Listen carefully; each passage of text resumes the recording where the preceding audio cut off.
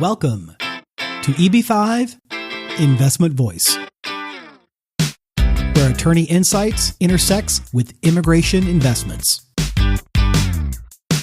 If you are a foreign investor, domestic fund manager, or enterprising entrepreneur and want to get the most out of the EB5 program, you have come to the right place. I'm Mark Deal, and I'll be your co-host on this journey. I'm joined by your host, Mona Shaw, and other attorneys at Mona Shaw & Associates, as well as immigration leaders from around the world.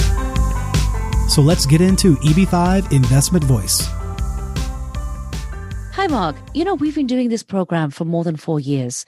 But for our listeners who really want to have an education as to what is available out there, especially to what is available to each individual investor, there's really very little by way of good quality material or even a good quality site.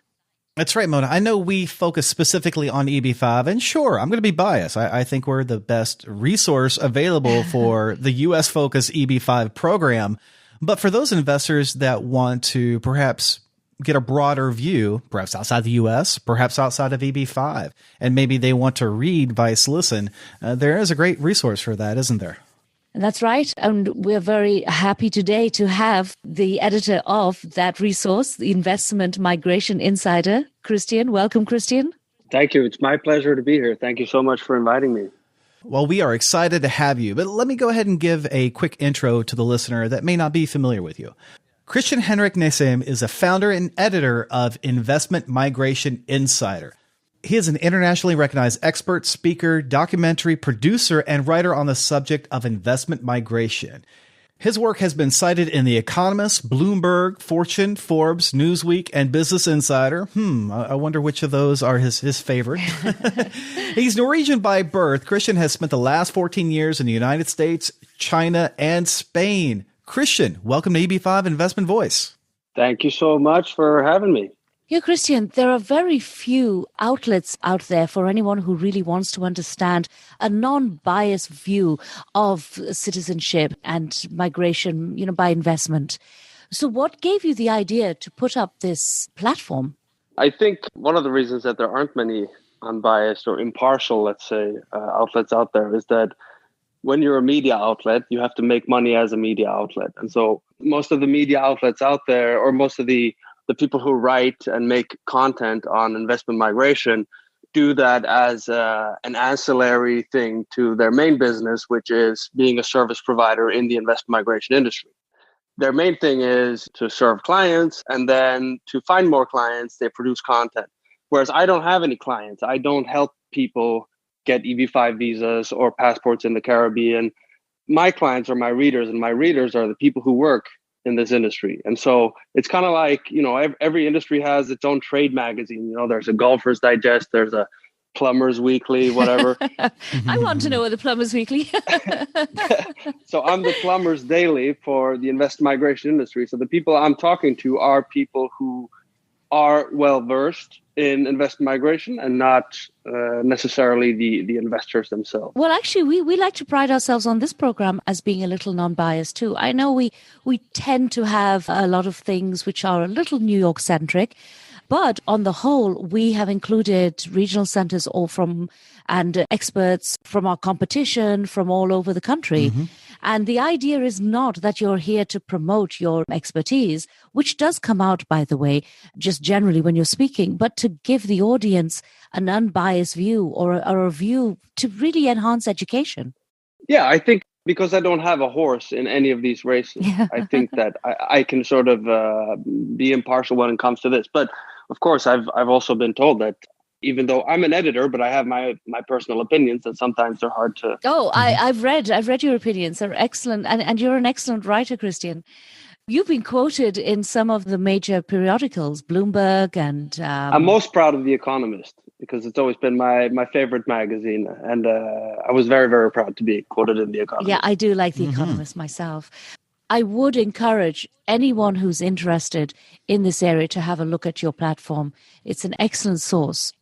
Yeah, Mona, I'm looking at Investment Migration Insider right now, and it is really nice. Let me ask you a question, though. How do you get the information for some of your articles? Well, in the beginning, when it was just me and we weren't making any money, we were just losing money. I was just trying to get it started. It was just me looking at Google Alerts. I put out Google Alerts on any program that I could think of, any industry figure, notable industry figure that I could think of. We do the same. Yeah. And then the Google Alerts would come in. Now, of course, over time, what happened is that people started reading IMI and people started bringing me stories. People started WhatsApping me saying, hey, have you seen this? Have you seen that? People started trying to get me to write dirt on their competitors. People started trying to give them free promotions. And then, little by little, you sort of start developing this intuition for, what is promotional, what is slander, and what is news. And then, you start just picking up on that and start publishing that. Now I have, hundreds, if not thousands of sources around the world that just bring me material. And then I pick the most interesting of that. So it really is a community effort, like you point out, Mark. Mm-hmm. You actually have to be very on top of the program. I mean, we read every single thing out there to stay ahead of EB5. So I can imagine that it's a lot of work. Yeah, and I have to admit, okay, when it comes to EB5, I do defer to other authorities. I am not an authority on EB5. There are good publications out there on EB5. There wasn't a good publication for the industry from a global perspective. That's true. And yes, it's true. As you point out, Mona, we do have to really stay on top of it. When I picked the URL, which is imidaily.com, it was sort of a challenge to myself, right? Because now I really have to stay on top. It's not IMI semi-daily. I really have to keep pushing that out. So yeah, it's a challenge staying on top. But at least I have a lot of people helping me, a lot of people bringing me material. Christian, I do notice that you do have a lot of information related to certain European countries. And I'm not going to ask you just yet as to the American programs, but with these European countries, we've seen a lot of changes over the last few years. We've seen an increase, for example, an uptake in Turkey and perhaps other European markets like the UK slipping. Yeah, that's right. I think what we've seen in the last few years, if you go back to 2010, let's say, there was only 3 or 4 residence by investment programs in Europe, right? And that's now blossomed into a beautiful industry of about 25 different residence by investment programs, as well as 3 or 4 citizenship by investment programs in Europe. So there's been on the supply side, there's been tremendous growth. And later when we get to talking about EB5 and E2, and part of the reason why the people who have ended up in retrogression in the EB5 program, they have sort of started flowing toward Europe, is that those programs now exist. In the early years of EB5, there wasn't that much competition in Europe or competition from Europe. But yeah, there's definitely been tremendous growth on the supply side in Europe and on the demand side. But it's taken a little bit of time to get there. So when I first entered the EB5 industry, which was back in 2006, the big competition at that point was Canada. It wasn't really Europe at all. Europe came much, much later. And I agree with you, there was very little in by the way of competition at that time. Yeah. So, okay, in Canada, so you had the federal, I presume you're talking about the federal program, right? Which ended in 2013, 2014. The original program was about 450, and that was why the EB5 started at really 500,000, because that was a more competitive figure. Yeah. So back then, there was hardly anything in Europe. I mean, there was the UK Tier 1, but it was, $1 million British pounds. And then there were some smaller programs in Gibraltar and Isle of Man, but they were not really big programs, and you kind of had to be physically present for most of them. Really started gaining steam after first there was a 2008-09 financial crisis, so started in 2007 really with the subprime crisis in the US. But then after that in Europe in 2010, 11, 12, you had a sovereign debt crisis in the southern European countries, the ignominiously known pigs, which were Portugal, Italy, Greece, and Spain, who had sovereign debt crises, and as a result, were really strapped for cash. And so a lot of them had, say, legal provisions on their books to have a residence by investment program, and then they formalized that in many ways, so that instead of simply having a legal provision that allows, quote unquote, in special circumstances or in exchange for a considerable contribution, they made a standardized formulaic type of program whereby investors from third countries could obtain a residence in that country in exchange for investment. Yeah, we started noticing this because we were in China a lot. And the programs for Portugal and Spain started increasing. I would say more around about 2014-ish. That's when we really started seeing a change in movement with the migration folk in China. Yeah, so prior to 2013, there was very little movement in Europe. Yeah. But then after 2013, 2014, and then peaking, maybe in 2018, 2019, you had a lot of people who may initially have been prospective EB-5 applicants saying, look, let's say you were in 2016, right? And you have this retrogression just getting crazy, 15, 20-year wait times for the Chinese and then Indians now and the Vietnamese. And they're saying, look, maybe the American dream isn't the only dream worth having. Maybe... There's a Greek dream. It's a beautiful dream, but I don't want to wait 20 years for this American dream. Well, that's a little exaggeration. It's not 20 years. And actually, India is not in retrogression, but the Chinese definitely are. And so I think a lot of people had their eyes open to the European options, as well as to E2, which I'm sure we'll get into later. Yeah. Well, it's important for a lot of our developers to listen to, I feel, because we in America tend to think that we're the center of the universe. It's an arrogance which, we have in Britain also. So when you hear about an investor saying, no, I chose Cyprus over you, we go, what? You went to Cyprus over the US? It's almost offensive. Yeah, indeed. And you did an amazing article, actually, which I was very impressed at, because you arrived at some really you did a deep dive and you got some exact figures about exactly how much money had been spent over the last few years. Yeah, I think regular readers of IMI will tell you that we really are a data-driven publication in many ways. Part of it is because of my personality. I really enjoy playing around with spreadsheets and aggregating data and looking at trends. And so pretty regularly we'll do some of these analyses wherein we compare, which programs are growing quickly, which programs are slowing down, which are the big gainers and losers this year, this kind of thing. And so I think the article you're referring to is the article I wrote just about 10 days ago called The 10 Biggest Investment Migration Programs Raised a Collective $10 billion last year. This is such an interesting article, Christian, and you do talk about the 10 highest grossing programs. What was so interesting to me is the fact that number 10 is the Maltese program in Malta. And now Malta being such a small little teeny island, it's like, how can this be the 10th highest grossing program of 2019? Well, two chief reasons for that. First of all, it's a very attractive program because it's an EU country, right? And it's a citizenship program, which means that you're essentially getting citizenship you're only getting citizenship in Malta, but by virtue of having citizenship in Malta, which is an EU country, you also automatically have settlement rights in the other 26 or 27, depending on pre or post-Brexit, countries that are in that union. And so it's obviously a very expensive program. You have to put down quite a substantial investment for that. So they're at number 10, 280 million, and that was in their fiscal year 2019. They report their revenues on a fiscal year basis, just like the US does. And then number 9 is the Australia Significant Investor Visa. I'm going to just interrupt you for a second. Yeah. One of the reasons I think countries like Malta and other countries are really desirable is the tax advantage that you get from being a citizen. Well, it depends on whether or not you're ordinarily resident there. I always am very careful starting to talk about tax because, first of all, I'm not licensed to give that type of advice.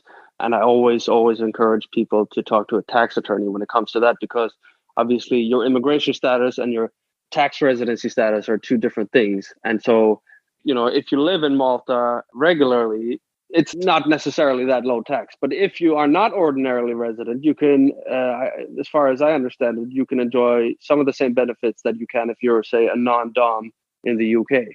That's right.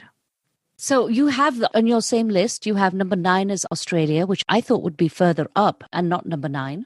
Yeah, Australia. Well, so number 9, they're making a lot more money than Malta, right? So the gap between number 10 and number 9 is pretty big, Yeah. 280 million to 703 million. Then the next one after that is Spain, the golden visa they have there, 850 million. And then Greece, which is, actually Greece should be number 8 and then Spain should be number 7. But Greece was sort of a dark horse until a year and a half ago. They became very, very popular, grew very prodigiously over the last 2-3 years, to the point where they are, in terms of the number of applications that they get, they are now by far the biggest in Europe. Although not by, if you measure it in investment, because their minimum investment requirement is about half of what it is in Spain. Right. And you have at this time, which is going to be very interesting in 2020, number 6 being the New Zealand investment visa. This year, we've heard post-COVID that everybody wants to go and live in New Zealand. Yeah, everybody wants a bunker, right, in New Zealand somewhere. Everybody wants a place where they can store their canned food. I'm serious. 2020, I'm sure your figures are going to be so different. Retire in the Shire. Yeah, retire in the Shire. That's a great phrase. No, and I'm sure you're right, Mona. So these figures obviously are mostly pre-pandemic, right, depending on the fiscal year. But yeah, they're pre-pandemic, and so I think you're completely right. Come this time next year, when we do the same analysis again, these figures are going to look entirely different. And I think one of the winners will be the Portugal Golden Visa. I mean, Portugal, as a person who reports on a lot of data for the investment migration industry, I really love Portugal's Borders and Immigration Service, the SEF, because they release fantastic data. I really have to give it to them. They release monthly data, not only on the number of applicants and the number of dependents, but also on nationalities and on specifically which options the investor migrants chose to invest in, which is very helpful for me in terms of pinpointing the trends. I mean, because you have inter-program trends and then you have intra-program trends. And what we're seeing in Portugal is, whereas in the past, 90% of people would choose the conventional 500,000 euro investment in real estate, but now the proportion that are choosing what I call alternative assets, which are really just any option except the 500,000 real estate, that's now grown to 35% during the course of the last few years. Yeah. And so it's very, very interesting how that's getting diversified. Well, it also reflects the fact that a lot of Chinese are not coming to the United States and they are moving more towards Europe. Yeah, although I would say that trend is more pronounced in Greece, because if you look at Portugal, if you go back, you need only go back to 2017 and all years prior to 2017, Portugal's nationality distribution was made up of more than 80% Chinese, right? And then in 2020 so far, they are just a quarter of the total. And so the Chinese are not dominating the Portuguese program like they used to. They've moved on to dominating the Greek program, where they are now almost 90% of the applicant base. So that's, a lot of the people who used to, let's put it this way, a lot of the Chinese who used to go to EB5, then they said, okay, now let's go to Portugal. And then they said, oh, hey, now Greece is half the price of Portugal. Let's go to Greece. Yeah. Right. And so the Chinese, you have to remember that the Chinese, traditionally, they've accounted for about 2/3 of the global investment migration market. So whatever the Chinese, whatever they become enamored with, that's going to be a very successful program. And I think that's what explains the meteoric rise of the Greek Golden Visa. Yep. And then you go to the UK, which is always traditionally there, but it's moved down to number 4. Yeah. The UK hasn't really, I mean, it's stayed pretty level for the last several years. There was actually a spike after the referendum. I mean, I can actually, this is one of the great things about IMI is that you can go to any of the program pages and you'll see the statistics for each individual program. So if I go to the UK Tier 1 program page right now, I can tell you exactly when the spikes came for this program. So in 2016, after the referendum, it started growing very fast. And I think that was because people were saying, look... because of Brexit, we can't get there any other way. Exactly. I can't get there now with my Portuguese residence permit, right? If I want my kids to go to Eton, I actually have to specifically immigrate to the UK or get a residence, ILR, as it's called there. So the next country really does interest me, because the next country you have is, surprisingly, it's Turkey at number 3. But what we have seen is that the growth in Turkey has corresponded with the growth in the E2 program, because Turkey is one of those countries where you don't have to pay too much. You get your passport pretty quickly, and you're eligible for the E2 program. Yes, it's true. It has coincided with the growth in E2. Now, I don't have the figures of, how many Turks or Turkish citizens, maybe they're recently naturalized Turkish citizens who are getting E2. I do have the figures. I would have to look for it in my statistics here, but I don't know if I would necessarily credit Turkey's being an E2 treaty country with the rise of the Turkish CIP. I think there are other factors that explain that. Notably that, because, obviously there are other countries that have E2, like Grenada has E2. And in my opinion, the Grenada citizenship is probably a higher quality citizenship in terms of, definitely is in terms of travel freedom. Well, we've also noticed a lot of our Iranian clients have opted to go for Turkish citizenship also. So perhaps these are other factors.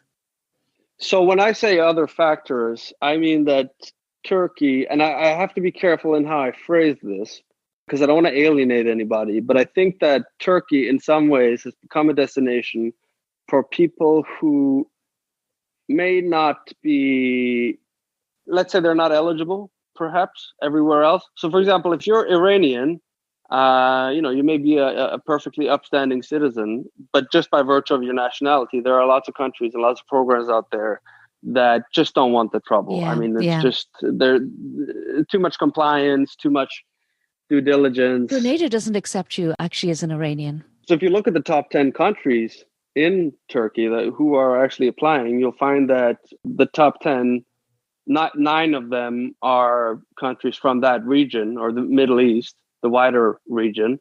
And then China is in there as well in the top 10. And then your number 2 country is Cyprus.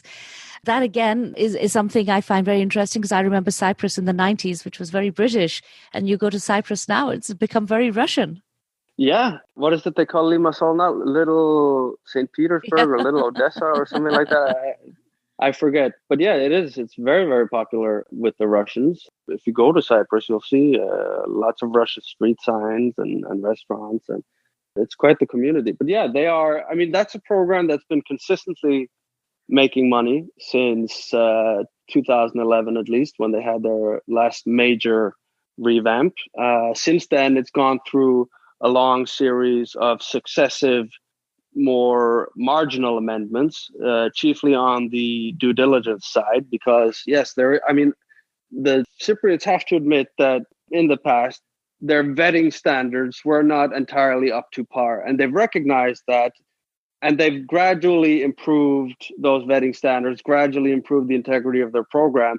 Now, of course, recently they were attacked by Al Jazeera for having, in the past, naturalized people who later turned out to be unsavory characters, let's say. But they did, to be fair, fulfill the requirements of the Cyprus CIP at the time. Right. So I think a lot of the reaction that we saw in Cyprus to that was that, hey, look, guys, Al Jazeera, this is not fair.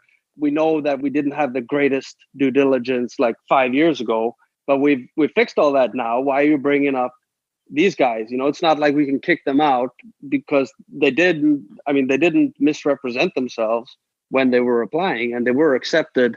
So I think a lot of the backlash you saw in Cyprus to Al Jazeera came from a feeling of an injustice being perpetrated on them. Yeah, I agree. And so, of course, number 1, you have the United States.